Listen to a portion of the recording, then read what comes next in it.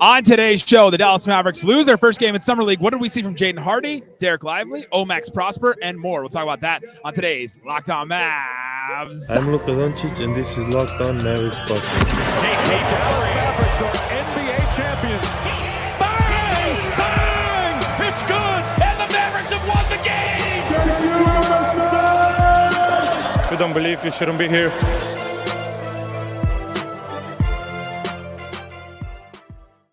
And welcome. You are locked on to the Dallas Mavericks. My name is Nick Angstadt, media member and NBA channel manager for the Locked On Podcast Network, your team every day. Thanks for being part of the show and making Locked On Mavs your first listen every day. Join the Raccoon Squad. Be an everydayer. Subscribe or follow for free. Just search Locked On Mavericks wherever you get your podcasts or on YouTube, where you can see I'm live at Summer League.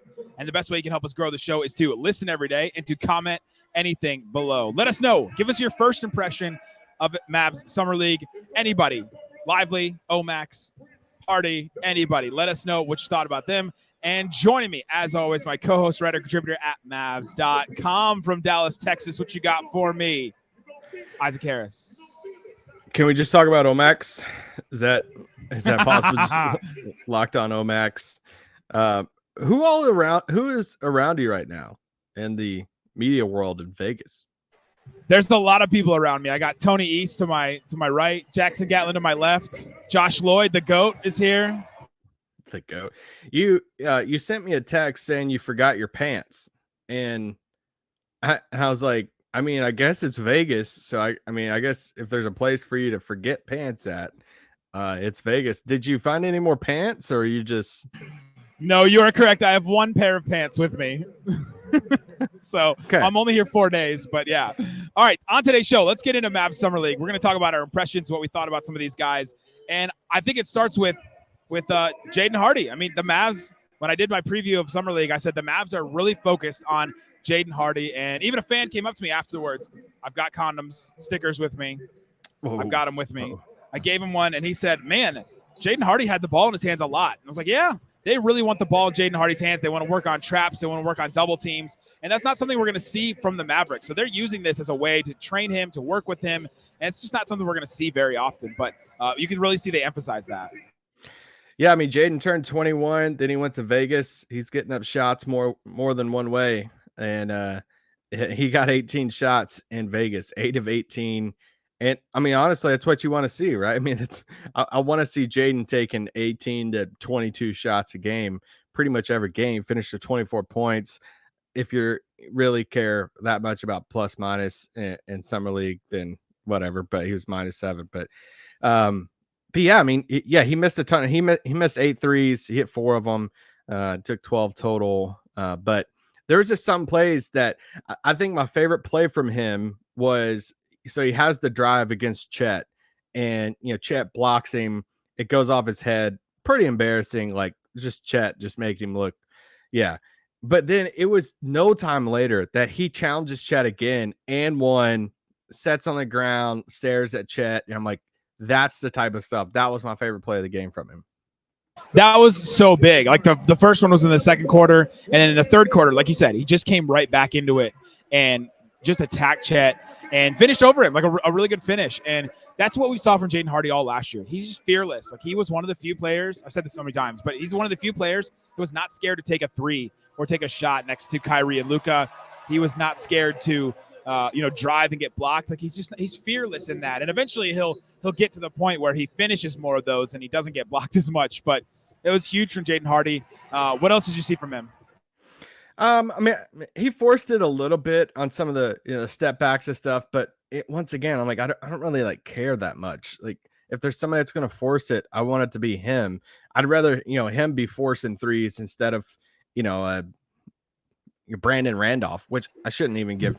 Like he actually had some cool moments in this game and stuff, but no, I mean, I feel like every practice I watched, Brandon Randolph hit like two or three threes. So I'm under the impression he's an incredible 3-point shooter, but yeah, he actually had a pretty good game. I mean, he played 21 minutes and had some decent moments in the game and stuff. But no, I mean, I liked Hardy. I think he's the number one guy you're watching in Summer League. Yes. You want to see that kind of step forward. It looks like he's gotten a little thicker too, more comfortable. Yeah, with he the ball mentioned in that his after. hands. Yeah, so I mean, I liked what I saw, and 24 points in your first game, heck yeah. And you just want him, like one of the things I said in the preview is you just want him to look different than everyone else. It's very loud in here right now. You just want him to look different than everyone else and that he stands out and that he's better than everybody else. And you just want him to be like a step above. And like I was talking to Matt Moore, known Mavericks hater, Matt Moore. And he was saying like Hardy is, he's not going to be playing very long, right? He just looks better than everyone else. I think they may still keep him playing and like still work on some of this stuff because he's just not going to be able to simulate some of this stuff that he can do with Luka and Kyrie. Yeah. I mean, it wouldn't shock me if they shut him down like the last game or so, but go ahead and let him play. Like if Houston's, playing Jabari Smith, and I love what Jabari Smith said after his game about why he's playing. And it's like, yes, sign me up. Like that's what like play Jaden Hardy. And I get it. Some of the rookies have gotten hurt, but I mean, these guys are also going to play pickup ball throughout the offseason. They could get hurt any other time too. So I hope he plays the whole 5 games. Yeah, I hope he does too. And I think they're using this for development, right? They're not just using it for, all right, let's see what we have in somebody, right? They already know what they have in Hardy, but they're using it to push his skills forward. That's why I talked about earlier that they're working on his ball skills and things like that and stuff on the ball. So the shooting percentages, like you said earlier, throw it out. Trae Young shot terribly in Summer League. I mean, there's just guys that come in and they're not going to shoot well every once in a while. It just happens. So throw the shooting percentages out. I thought it was a good process from Hardy. There's a couple of forced things, but just a really good game from Jaden Hardy. Shout out to the Dudley rotations. I want to give those shout out that was getting much talked about on online, maybe on Threads, Twitter, wherever. All right. Listen, we are not about to be in here and argue Summer League minutes. Now, I did. For you listening right now, that you did not ask.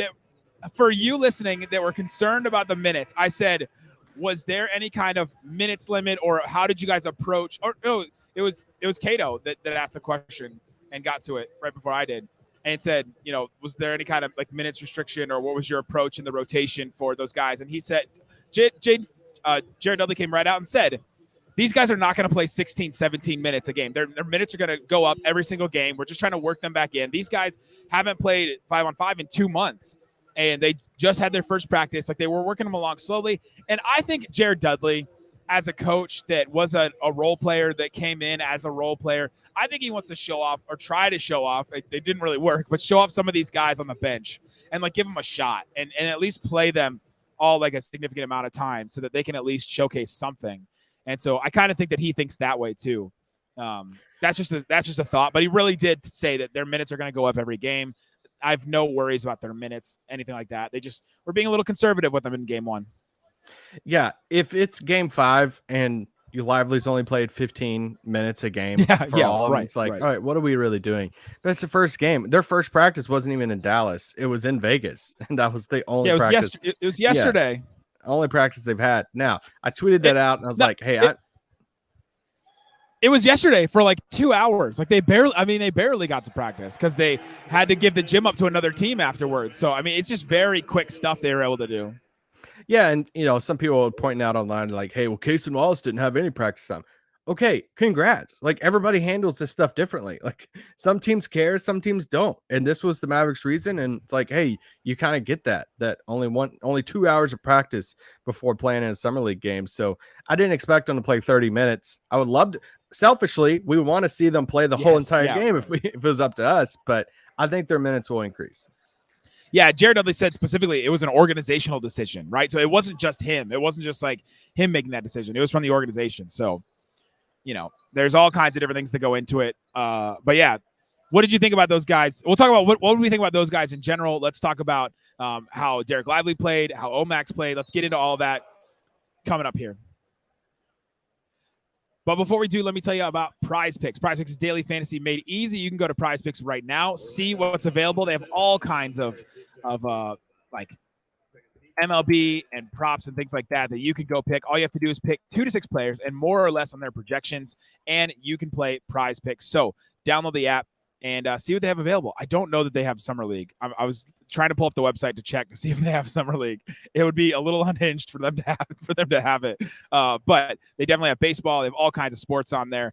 They're putting F1 They're putting a big F1 track. That's the big talk, is they're building an F1 track here in Vegas, and they're gonna like run it through the city and shut everything down. So I think they have F1 on PrizePicks. You can check out all that stuff again. PrizePicks.com. Use the promo code Locked On. You get 100% instant deposit match up to $100. PrizePicks.com/Locked On. All right, Isaac Harris. Let's get into what did you see from Dereck Lively. Let's start with him because I thought he stood out a lot, and just maybe more so because we're just not used to a Mavericks center that is 7'1", that has a 7'7" wingspan, that can defend like he can. I mean, just early in the game, his first 5 minutes, he had several deflections, a pick and roll dunk. He had 2 trips to the free throw line where he got fouled because he was just bigger than everyone. And he had a Tyson tip out rebound. He had another rebound. Like he changed some shots at the rim. I just thought that he really showed that he can have an impact in that area. And just all the things that we knew about him were shown on the court. Yeah, I mean, that's the difference of the, when you have a Dereck Lively, that if, some Mavs fans are watching or some other NBA fans are watching and they're seeing Cason Wallace, hit, 4 or 5 threes, and you're like, oh, dang, this kind of sucks. Well, Lively's not going to be the one that's going to drop 30 points in a game. That's not his role. That's not what he's going to be asked to do. So says you. So like, even, Lively and Omax, I was saying this yesterday on the Mavs.com stream of like, hey, Omax is what you're going to see in him. I was kind of talking about him, but I was, kind of applies to him and Lively is I want to see all the intangible stuff in Summer League. I want to see the effort. I want to see the block shots, the hustle, the steals, some of the defense stuff. I'm not expecting 23, 25 points a game in a Summer League game from either one of them. That'd be awesome if they do. But for Lively, yeah, he was, you pointed out those first 5 minutes of game, that big like help side block, like early on, like, whoa, yes, okay. Welcome. Yes. Like, we haven't had somebody to watch like that in Dallas for a long time. And there's definitely things he's got to get better at. He's got to learn how to set a pick. All right. So we got to get better at that. Yeah, he got 2 fouls on those. Some of the aggression on Chet early on in the post defense stuff, there was a moment late where he was just too much into Chet, and Chet just did a move and went right around him. He's got to figure some of that stuff out, but it's game one. Like, he hustled, he blocked some shots, he got some boards, he ran a little pick and roll game with Hardy.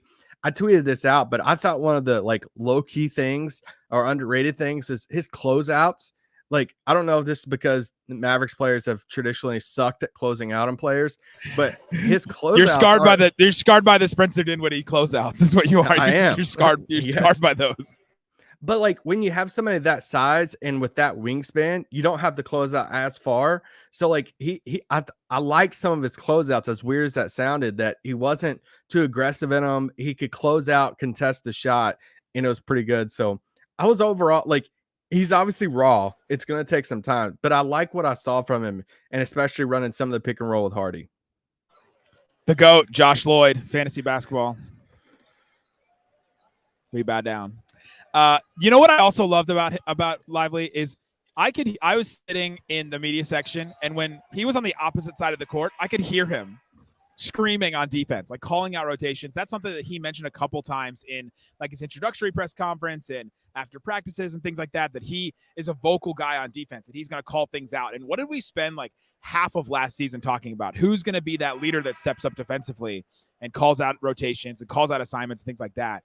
It's kind of hard to expect Lively to do that in year one, but it is part of his game. And like, he is the back line, and I don't think that Luka and Kyrie will care. I don't think he's going to call them out and say, you missed a rotation, but I don't think they're going to care that he's the defensive leader that steps up, and he could be. And I really love that about his game, that he's so vocal and into deep, into the defensive side of the ball and knows his role and like all that stuff. Like I love that from Lively. Yeah, and him and Omax out there together, they Lively spent some time guarding Jalen Williams that might be in the corner. Omax spent a lot of time guarding Chet too. So just seeing some of the versatility and stuff, and you can't help to watch him, run the pick and roll with Hardy, and then just imagine him running with Kyrie or Luka, and like, all right, this is you're gonna get some easy buckets running the pick and roll with Luka. Oh, he absolutely is. Let's change over to your boy, Omax Prosper. I loved what I saw from him in like on the defensive end. I think he overthinks a little bit though. I think he's really smart, and I think he's Rafael Barlow yesterday called him the most mature player in the draft. And I think he really is. Like, he thinks on another level. And I think he overthinks things so much because I've seen him in scrimmages in practice and now in summer league just miss some rotations but I don't think that he's like lazy, and I don't think that he's like missing them because he doesn't know where to be. I think he just is thinking about two or three different scenarios, and then he just overthinks it and picks the wrong one. I was watching Top Gun Maverick. Have you seen that movie? Yeah. There's like that whole theme where they overdo it in this movie, I think a little bit, but there's the theme where like, don't think, just do, like trust your instincts kind of deal. And I think there's some of that with Omax. And I asked Jared Dudley about that after the game, and he said, yeah, like it's his first summer league game. Like he hasn't played 5-on-5 in a while. Like he's got that to work on, but I love just what I saw, everything else. Yeah, I loved his hustle. Loved, the fast break dunk. That was awesome. I actually don't think it was a walk. It was 3 steps, which I think you can get 3, right? Are you allowed to defend him in that? Are you too biased? No, I would defend him to my death. I did like some of his individual defense, some of his perimeter defense. It was just a reminder. And I mean, the first 3 he took was so smooth. It was the, kind of the recovery from the Chet, just swatting that shot off the backboard. And then it found Omax in the corner for just a smooth, nothing but net 3. I'm like, that's if he can hit the corner 3. But it was cool.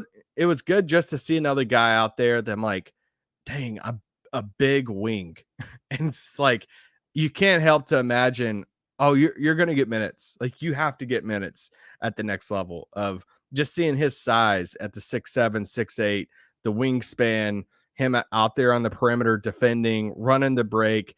Like, it's like, you got to get some minutes at the next level. Yeah, I think he is too. And I think that one of the things I also was looking at, and in my preview I talked about, does he do anything by putting the ball on the floor? Like, does he like pump and drive? And that was one of the first things he did, was he had a pump and drive. And then he kicked it out to Lawson. Lawson missed the 3, and then Lively had the Tyson tip out to Hardy, and he got fouled. And like, that's what I want to see from Omax, is he can hit a 3. We saw it. We saw him hit his first 3. But can he do anything else with the ball? Can he attack closeouts? Can he, he had a post and score in practices the other day. Can he like add a little bit extra? Because we've just been so used to these wings in Maxey and Dorian and Reggie that just can't do anything else with the ball. And Omax may be able to like just take that to the next level. And so I'm interested to see that a little bit more, but we saw it some in this first game. Yeah, he had that finish under the basket too, the lefty finish on Chet that he scored up underneath the basket. That thought that was good. I just like what I saw from him and Lively. There wasn't anything that I saw that was, they're raw. They're going to make some mistakes, but it wasn't it wasn't a, Johnny Davis, Washington. Like, did we screw this up? Like, sorry. Or friggin' James Bouknight for the Hornets the other day. It was just like every single person that watched him goes, oh, I don't think that this is it. I don't think this is going to go well for him in the NBA. Yeah. Anybody else? We talked to AJ Lawson afterwards. I thought he had a pretty good game. He scored like 11 points and had 3 steals. The quote that keeps coming back to me is Dudley saying he doesn't stand out 1-on-0, but he does stand out 5-on-5 because he can do all these extra things. Did you see anything from AJ Lawson in this? He had that 1-3 that I really liked. He, got out on the breakaway on that one dunk. It's his athleticism, but it's for him, it's the outside shot. It's like, all right, we know you're a big time athlete, but can you hit the outside shot? And, he was 1 for 5 from 3, but yeah, I mean, I like what he did, but I'm not sitting there saying banging the drum for him to have a, roster spot. Neither am I for Chris Silva either. Can you and Chris Silva switch spots on the Summer League roster? They brought in Chris Silva to be like this experienced, knows where to be. Like he's been in the NBA, he's played some games, and it just did not work in this game. I did not see Braxton him as like Key to take his spot. I didn't see him as the adult in the room situation, like Jared Dudley thought that he would be. But with AJ Lawson, with these guys that are now their 3rd summer league, for them to have a chance to take the next step, you have to see them really pop. And I liked what I saw from AJ Lawson, but like you said, I don't know that I saw him really stand out. And I'm like, oh man, maybe he should be getting minutes. Maybe it's Omax and him and Grant Williams and Josh Green. Like maybe those are the wings. Like, I'm not saying that after this game. Again, just one summer league game. We'll talk about it at the end of all of them. But anybody else stand out to you? Any other Mavericks? Not really. I mean, Braxton Key had some moments. Brandon Randolph had some moments. I wasn't thoroughly impressed with Mike Miles in this one, but I also want to remind people that, this Thunder team is pretty dang good. So I want to see them go against some of their next opponents this Thunder team is going to have, how many of these people on the Summer League team is going to be in the rotation for, the regular season? I mean, Chet's going to be starting. Jalen Williams, Cason Wallace, Trey Mann, like they're going to be playing for that team. So, I mean, multiple handful of these guys are going to be in the actual rotation for the Thunder at the next level. So let's see them play a team that has, one or two guys. Maybe it's not as talented. And I mean, OKC also took and hit a ton of threes in this game too. So I'm excited for AJ Lawson said that was part of the game plan. We were going to play the low man and we were going to let them shoot threes and see if they make them. And Cason Wallace was like, bet I'm going to make all the threes. And every three that Cason Wallace makes, Tony East looked over at me and said that the Thunder won the trade every time. Well, everybody taken after Jarris Walker, and now, you can tell him. And now Tony East is watching a Rick Carlisle, Tyrese Halliburton press conference. So enjoy Rick. Enjoy Rick. I was going to say, tell Tony that. Yeah, tell Tony he can enjoy Rick Carlisle. Yeah, and the bench guys for the Mavericks lost. If we're going to talk about the actual game and not just individual players, we are focused just on players, but the bench guys really lost the game for them in this one. I mean, that unit was just awful. The Hardy plus 4 bench guys was just not good. Yeah, I mean, they're probably not going to make any rosters, so I don't really give a crap about the bench. I just want to see those guys play, the main guys play, and hopefully they get to play a little bit more on Monday. Tell Tony East to ask Rick about if they should sign Nerlens Noel in the next media session that they have. Speaking of other NBA players, Christian Wood is there. You posted a picture of Christian Wood with no caption. That got Mavs fans going. I'm legitimately looking at Christian Wood right now. He's still sitting here. There's 2 seats to his left, 1 seat open to his right. So he's kind of sitting alone baseline, but he's here kind of watching next the to Pistons. the Magic. Yeah, watching the Pistons guys. And I don't know, man. Mark Stein had that report the other day that he's only gotten minimum contract offers, which is a little surprising to me, but from everything that we've been saying and we've heard about Christian Wood and all that, I mean, it's not 4 that for surprising. 77. Max him out. Also, the other thing. You gonna say something about the game? Because I was just talking about other people there. Well, no, yeah, I was gonna say, courtside, Nico Harrison, Jason Kidd, Mark Cuban, Kyrie showed up. Tim Hardaway was there. Josh Green, Maxey. There's a bunch of guys here from the Mavericks. Yeah, that was really cool. Kyrie showed up, hung out with the guys. Him and Mark Cuban chopping it up. But it's it's always good that obviously Luka is across the pond right now, but to see one of your main guys show up. Kyrie, shout out to Chet. Chet was wearing Kyrie's in this game. It's like supporting, but yeah, it's cool seeing all the guys there. I always love Summer League of seeing all the teams play and all the regular roster people show up and the stars to support the guys. Yeah, that's one of my favorite things too. Is you just walk around and all of a sudden like Cade Cunningham is to your left, or there's just there's Patrick Beverly and his the guy wearing the Patrick Beverly jungle shirt. Did you see that? Yeah. Hilarious. And there's all kinds of weird jerseys here too, which is fun. How's the Sphere? The Sphere is amazing. The Sphere is so cool. There's like 1 million LEDs on the outside, and they're the size of hockey pucks. But when you're when you're 10 miles away or whatever, you can just see it so clearly. And they have all kinds of different things. They have a bunch of Summer League, welcome to Summer League things. They make it look like a big basketball, and it just says welcome to Summer League on it. That just looks so surreal far away from it.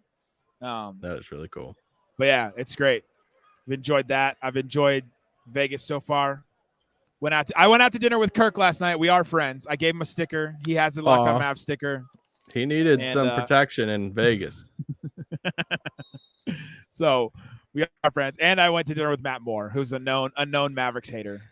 Did you explain to him why the Kyrie deal is okay? Like, does he need help with that one? Or? Let me just say we talked about that for a little bit, and I don't think there's any convincing Matt Moore of the opposite. So no.